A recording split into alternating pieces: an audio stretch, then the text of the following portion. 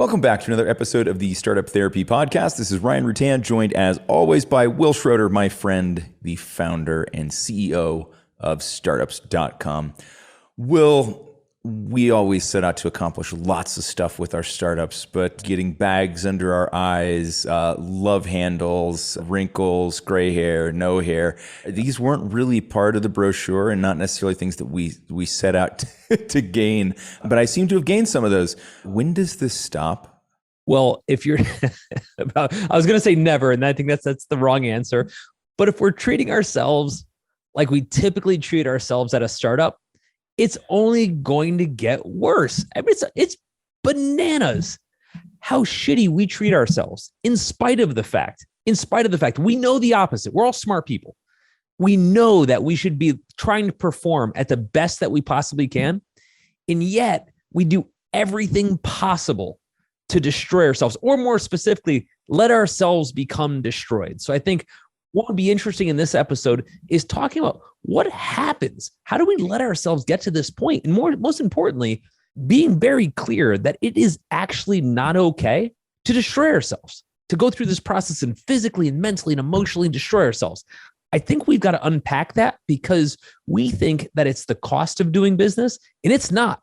It is the cost of mismaintaining ourselves, and there's nothing else to it. Yeah, that's absolutely it. So where does it start? Right? I mean, because it starts early, right? It starts with the idea that, there's this mountain of work in front of us that we have to do. And therefore we just have to begin to sacrifice. And time is the only resource I have that I can plow into this. And so I'll just start to spend all my time on this, ergo all my energy, ergo not sleeping, not exercising, not doing those things. This is the genesis of it. Yeah. Well, I think what happens, and this has become kind of part of the startup ethos, which is this is all about sacrifice. If you're not sacrificing, you're not building a startup. If you're not sacrificing, you're not truly a startup founder. And there's some truth to that. How could there not be? Right? This is a sacrifice. We sacrifice many things. But to what end and to what limit? What is the limit at which point we're not willing to sacrifice anymore? At which point are we actually hurting ourselves more than we're helping ourselves? For example, at which point we've ruined all the relationships in our lives. Is that too much? Kind of feels like too much. Sounds like too much. Yeah. At which point we're wildly unhealthy. We've gained X amount of pounds. And I don't just mean a couple of pounds here and there. I mean the point to where we are physically unhealthy beasts, right? What happened there? Why were we willing to sacrifice so much? Why were we willing to let all this go? We won't even talk about the financial sacrifices and everything there. We do whole episodes on that, episode. Right? Yeah. Different episodes. But physically, mentally, emotionally, beating ourselves into the ground. And the worst part about it, feeling good about it. Feeling good to the extent that we think it's noble. We think it's noble. We think other people, we brag about how hard we're working and how much we're doing at every cost we could possibly take to ourselves. Why do you think that is?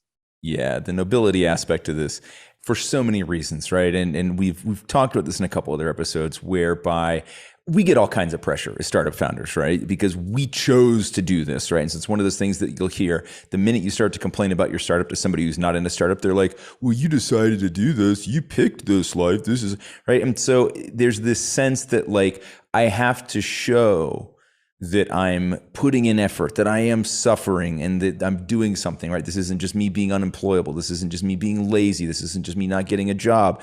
So there's all of these weird, external emotional forces that make us feel like we have to somehow demonstrate this. It's like going through the streets and flagellating ourselves to show that, hey, look, we are really working hard at this, right? I'm literally hurting myself to do this. I was going to say, I think there's a culture to it. I think we built this culture. 100%. Ryan, you and I are at the heart of this culture that got us here, this work hard, play hard. And no one stops and says, well, work exactly how hard? And again, and at what cost? At what point do we look around and say, you know what? I actually feel like shit. Not I'm just tired, right? Not that that's okay. Not that I'm just tired anymore. I actually am not okay, right? I may be in a depressive state. Not okay, right? Not something we can look over or overlook, right? I may be in a state where physically I'm having panic attacks, right? So my heart's stopping, like mine did, right? I can tell you firsthand, when your heart stops, you're pretty much dead, right? So not okay. Death is pretty bad, right? There's a part where we push so hard. We talk to founders all day about this. We talk to them about how hard they're running their bodies. And we say, when's the last time you took a day off? Well, I haven't taken a day off because I've been working so much. And that sounds, again, it sounds mighty, right? Oh, I haven't, been worked so hard. Yeah, there's some chest pounding to that at some point. Yep. I was the king of that chest pounding. Yeah. Yep. And to this day, we tell those stories where I worked every waking hour for years and years and years. And, I look back at all of those years and I think to myself, what an idiot, right? I look back and I think to myself, you could have played that so much differently and you chose not to. What's worse, while you were doing it, this is young me, I was so proud of it. I held it as such a badge of honor that I was in the office later than anybody else, that I was working harder than anybody else, that I was getting less sleep than anybody else. And I was like, look at me, I'm committed. Yeah. And I look back and I was like, you're an idiot. Yep. You could have gotten all that done and taken as many vacations as you needed. Maybe it's not as many as you wanted. You could have done so many other things. You could have had so many better relationships in your life. You could have, oh my God. I look back and I was like, what a giant mistake. Hence this show. Right.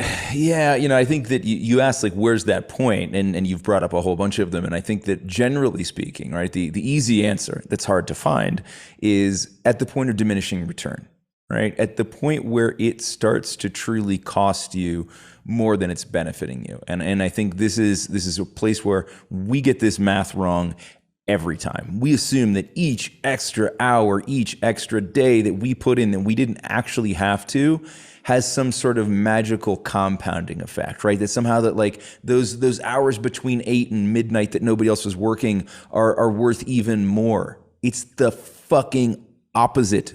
They're worth less. You are not at your best. Your next day is going to be screwed up because of it. It's just a downhill slope and it's a diminishing return. This is the point at which you need to be able to recognize and say, okay, enough is enough. This is the point of too much, right? Again, easy for me to say that, very simple concept. It can be really hard to find that point, but you have to. And I think that's the other side of this is you have to be aware that this stuff is going to happen and that it cannot be left as a circumstance of what will be, will be. Well, what will be at the end is you will be a heap of a human who's barely recognizable from the person who started their startup company, and that will be a sad failure. And there's so much cost. I'll never forget. This is like circa 2008. I don't remember exactly. Of course you don't. It was 2008. Yeah. I'm out to dinner with a bunch of founders. It was like 9:00 maybe. And as we're leaving our restaurant, wherever we were at, we're walking back and there's a group of us. And Jason Nazar, who's the founder at the time of a company called DocStock, great guy. We were walking by his office and Jason says, hey, I want to show you guys something. We go into his office. Most of his staff is still there. It's 9:00 on like a Tuesday, right? And they had no plans of leaving. And Jason said he was going back to work. So like what he was saying is, hey, I'm going to stop by here, but I'm actually going to go back to my desk and go keep working. And so is my staff till about midnight. And I remember at the time being so envious. To give you a sense for how off my compass was, right? I was like, man, what a champion. This guy is not only willing to, to commit those hours, right? Yep. But at the same time, he's got his whole staff doing it too. And now I look back, and this isn't to disparage Jason. This is about me, not him. Now I look back and think, how much better would it have been to have just sent all those people home, to be with their families, to rest, to rejuvenate, to recoup, to sleep. So when they come back tomorrow, because there's going to be another day after this one, they're actually better off. Yep. And it took me so long. It didn't occur to me at all. That night, again, I was in the polar opposite camp. I was like, oh my, if you can work all night, get your staff to work all night, you guys are committed. And now it's like, why would we think we could defy the laws of human physics? Right? like I could just keep burning energy and not put any energy back.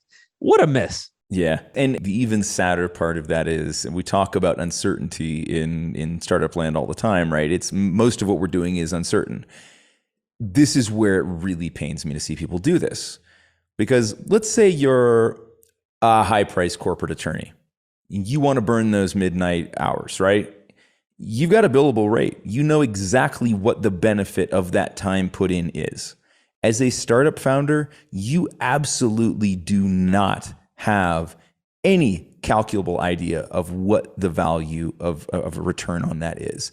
And so you're just spending into this void where there's highly unlikely a financial return or even a company growth return. And to your point, you're making tomorrow worse and the next day worse and the next day worse. And you're just wearing yourself out without any real measurable return, or at least without any certainty of that return. And it just kills me to watch people do this to themselves serially. Agreed. But we all believe that other people want us to do this. Now, here is the big illusion. This is the grand illusion. If there's any one part of this episode that I want you to kind of double click on, it's this one. We all believe someone else wants us to do it. And we have this mythical force. I know I did, and I'm sure you did too, Ryan. This mythical force, this third person, and this one thing that cannot be validated that wants us to do this. For example, well, my investors put money into me. They expect me to do this. Do they? Have you asked them specifically exactly how much of my health should I be sacrificing for your money? I guarantee it won't be as much as you're about to sacrifice. They have no interest in seeing you destroy yourself. It's actually the worst thing because they actually need you to be healthy to see this whole thing through. So actually being unhealthy. What are some of the other ones that you think of? The invisible forces that maybe pushed you along and you were convinced they were right and they wanted you to do this? At the early stages, I think it was the pressures that I talked about earlier, which is like the friends and family, given the timing of when I started the first business, to some degree, like college professors and advisors and other people in that academic environment who were watching me sacrifice, and sort of like, to me, it felt like I had to do this. I had to prove, I had to go above and beyond, right? I had to maintain the grades. I had to do all the stuff, and I had to show that I could put in a 40-hour work week and then another 40-hour work week on top of that, just to prove that I could, right? And again, nobody was asking me for that. Nobody was like, if you're going to do this, we're going to need to see you kill yourself to prove that you meant it, right? Nobody, literally nobody. And in fact, quite the opposite. And I'm sure the same thing happened to you. At those early stages, I had people asking me, like, are you okay? Like, are you thinking that maybe this is a bit too much? Are you biting off more than you can chew? And I was like, everything's fine here, right? Like, no, I'm good. And I wasn't good, right? I wasn't good. I think I talked about this in an episode some time ago, but there was a point at which the sound of my cell phone ringing would induce a near narcoleptic episode, because it was like there was this huge amount of anxiety around what that phone call was going to bring with it. Does that sound healthy? It's not. It's not. Now I wish that when my phone rang, I would go to sleep. I would use that every night. I'd be like, hey, call me. I'm going to go to bed. I think of all the things that I genuinely believed were a right for me to stay up later or to work harder or really to destroy my health is what we're really talking about. Okay, work harder can be taken in the wrong context. Destroy our health cannot be taken in the wrong context, right? I thought as a company was growing, we added more employees. I needed to be there. I needed to be there before they were there. So I needed to be there at like 6 or 7 a.m. at a regular time. I needed to be there after they left because I had to show them that I was willing to work harder. Mostly bullshit, by the way. They didn't care. They just wanted to go home. Second, I was like, it's okay if I sacrifice myself, so long as all the people that believed in me know that I'm willing to work this hard to get it done. Right. Exactly. And then you zoom out and you're like, did you ask them that? Or did you make that up and then systematically destroy yourself to support some goal that no one ever set out for you? It's this ridiculous, amorphous, completely made up goal that we continually chase, that we continually ruin ourselves for. And after a while, if we looked at it rationally and we said, who told me that? Who told me exactly that the way I'm feeling right now, I should be feeling it and that should happen? Exactly nobody. And yet we're convinced. What about when you thought about future family, when you thought, future wife, kids, etc., how much pressure did you create for yourself on giving them a better life? Something that's really funny about everything we talk about here is that none of it is new. Everything you're dealing with right now has been done 1,000 times before you, which means the answer already exists. You may just not know it, but that's okay. That's kind of what we're here to do. We talk about this stuff on the show, but we actually solve these problems all day long at groups.startups.com. So if any of this sounds familiar, Stop guessing about what to do. Let us just give you the answers to the test and be done with it. Oh man. Oh my God. So like, and it's funny how far back that goes, because at that point I was young and nowhere near marriage. I was nowhere near marriage material, and nobody would have had me at that point. And yet even then it was like, I was wanting to create these situations and saying, investing this time now, working hard now will create these other opportunities in the future.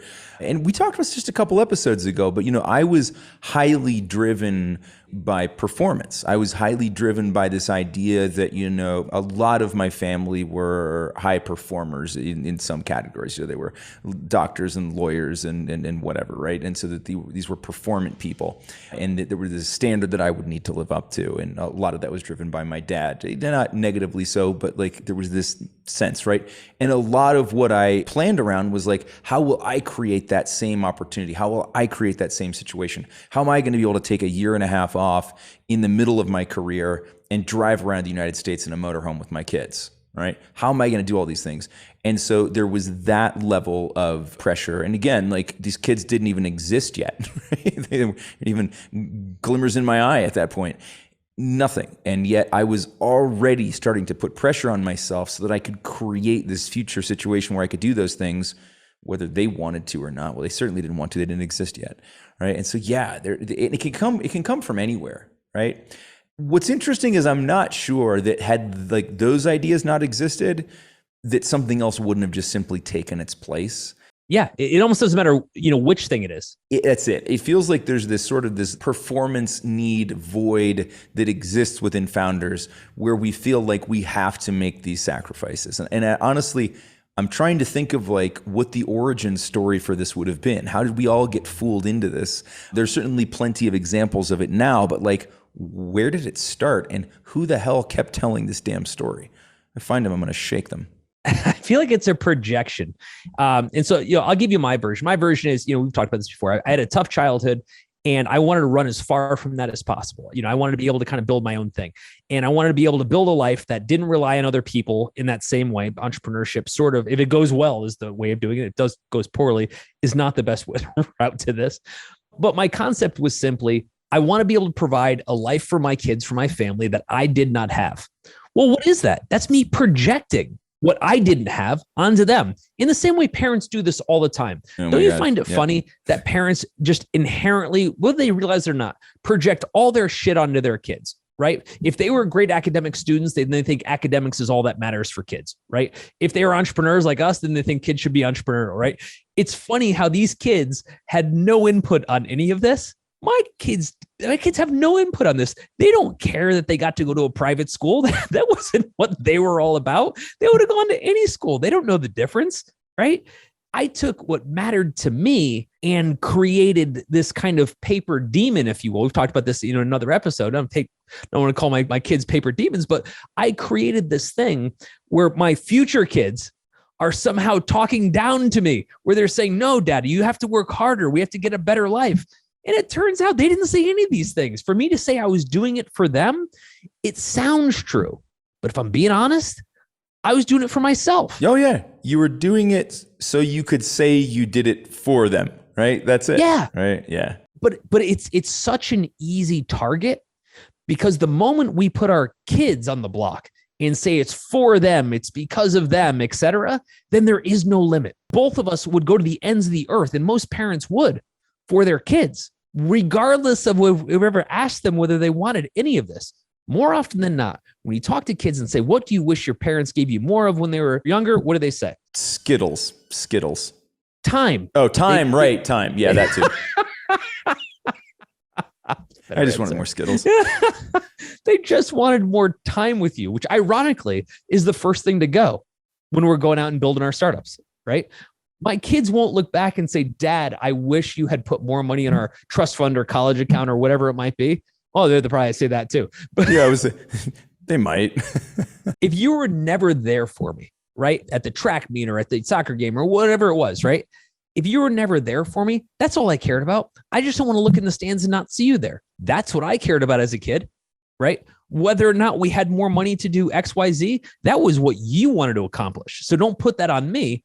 And by way of that, if you're out there killing yourself, Don't blame me. It wasn't Right. on me. If you look at all these things, Ryan, if you look at all of these targets that we use, the investors, the employees, the children, whatever, none of them are saying what we think that they're saying. It's all bullshit, which kills me, right? It does.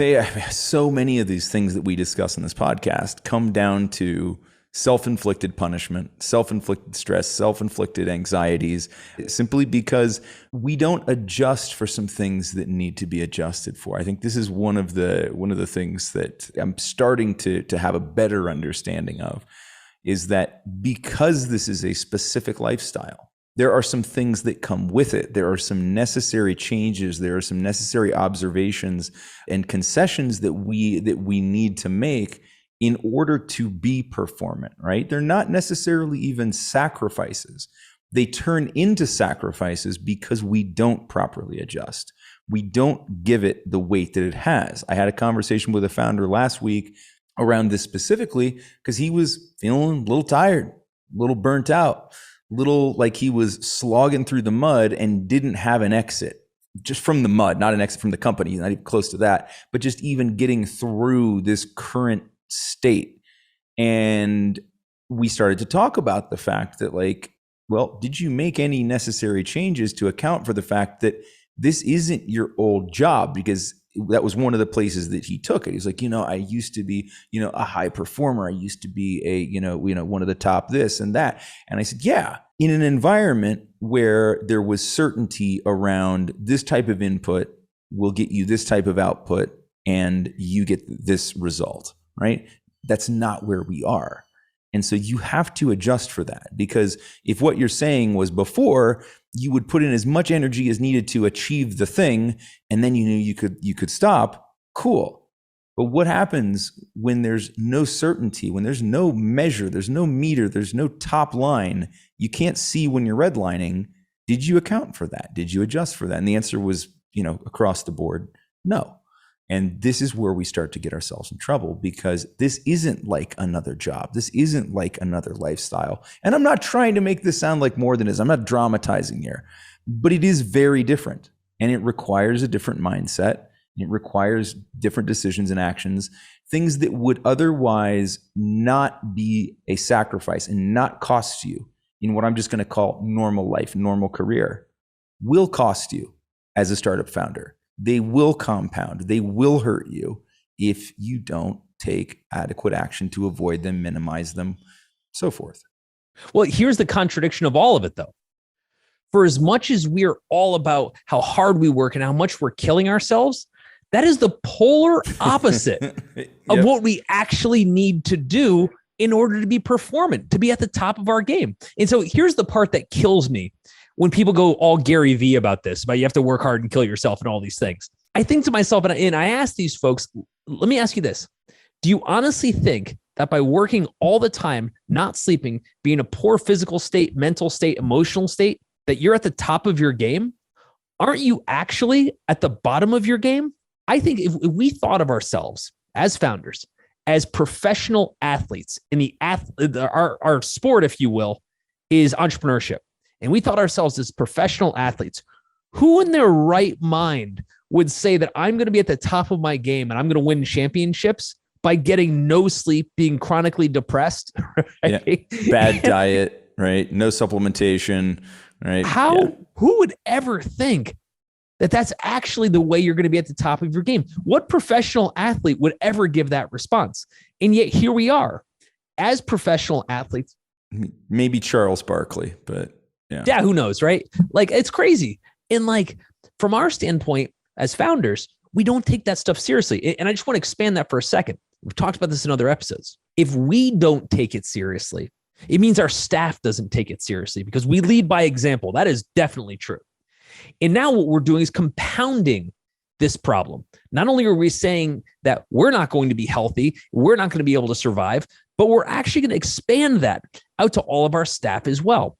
I'll give an example, and this is a tough one because it's so kind of vaunted, but we look at somebody like Elon Musk, who is championing the fact that he wants everybody to work crazy hours, 100-hour weeks. That's how I want it to kill. And you ask yourself, well, that sounds noble in the traditional startup sense. And Ryan, you and I both did it for a very long time, so we get it. Yes, we did. carried that shield. I wished I had listened to this podcast back then and said, that actually just makes a ton of sense, right? Yeah, if I get no sleep, I'm not going to perform better tomorrow. Same thing with that Jason Nazar DocStock example I gave you. If he was really smart about motivating his staff, he would have made sure they got home, made sure they ate well, made sure they got to bed early and got plenty of sleep. And he would have been saying, I want top performers. And top performers take their health as a major milestone, a building block. Yes. And not just athletics, right? You're not talking about just athletes now, right? People who are top performers tend to optimize all aspects of their life because they understand that's how it works. It's a system, right? You can't be, letting your sleep and your health slide on one side and be highly mentally performant on the other, right? Getting all these things in some level of balance is super important. All right. I'll use the example of my Whoop strap, which I've probably talked about on other episodes. And no, I don't have an affiliate link. Don't ask. Just go buy one. They're amazing. But what this thing helped me figure out was as I was trying to get back on this journey of being a performant athlete and being able to compete again, I was doing the same thing I did. I took the same startup mentality. Go hard, go crazy, train as much as I can, and what did I do? I wore myself out. I wore myself out. I wore myself down. I injured myself and I had to stop for a while. All right. And so what this thing helped me to do, and it's just a metaphor for taking care of ourselves and thinking about these things, it helped me balance my output, which is measured, against my recovery, which is measured, against my sleep, which is measured. I had to see it. And once I could see it and understand it, and it's funny, but now I know what kind of work day I'm going to have based on this thing now, right? This isn't just about my athletic performance, it's about my overall performance. I know if I had a shit night's sleep and I had a huge strain day yesterday, today's not going to be a day for high cerebral work because I'm not going to have the processing power to do that, right? I'm not going to have the energy. I'm not going to have the creativity. And so, whether or not you get to the point where you're scientifically measuring this stuff or not doesn't really matter. Highly encourage it. But being deliberate about balancing these things in your life can make a major difference between I was going to say it's not life or death, but can get pretty damn close, right? You got pretty damn close to life or death moment. And so we have to treat these things seriously. And we do have at our fingertips the ability to measure some of this stuff and to take care of ourselves in a way that allows us to peak perform, right? Not every day, not all the time, because that's literally against the definition of peak performance. That would just be plateaued performance. And it would probably be a very low plateau because you just wear yourself out. I think when we look at our lives and we say, hey, I haven't taken a vacation in a long time. I'm not exercising anymore. I've got a terrible emotional state. Instead of calling those the costs of being a founder, the costs of running a startup, we need to take that off the table. We need to take that vocabulary off the table. We need to talk about that as you being a shitty manager of yourself. And at which point you can't be a good manager of yourself. There's no way you're going to be a good manager of your career, your startup, or the entire group of people that you're set out to employ, that your job is to look over. And until we change that within ourselves, we're never going to do our jobs as well as we want. So in addition to all the stuff related to founder groups, you've also got full access to everything on startups.com. That includes all of our education tracks, which will be funding, customer acquisition, even how to manage your monthly financiers. There's so much stuff in there. All of our software, including BizPlan for putting together detailed business plans and financials, LaunchRock for attracting early customers, and of course, Fundable for attracting investment capital. When you log into the startups.com site, you'll find all of these resources available.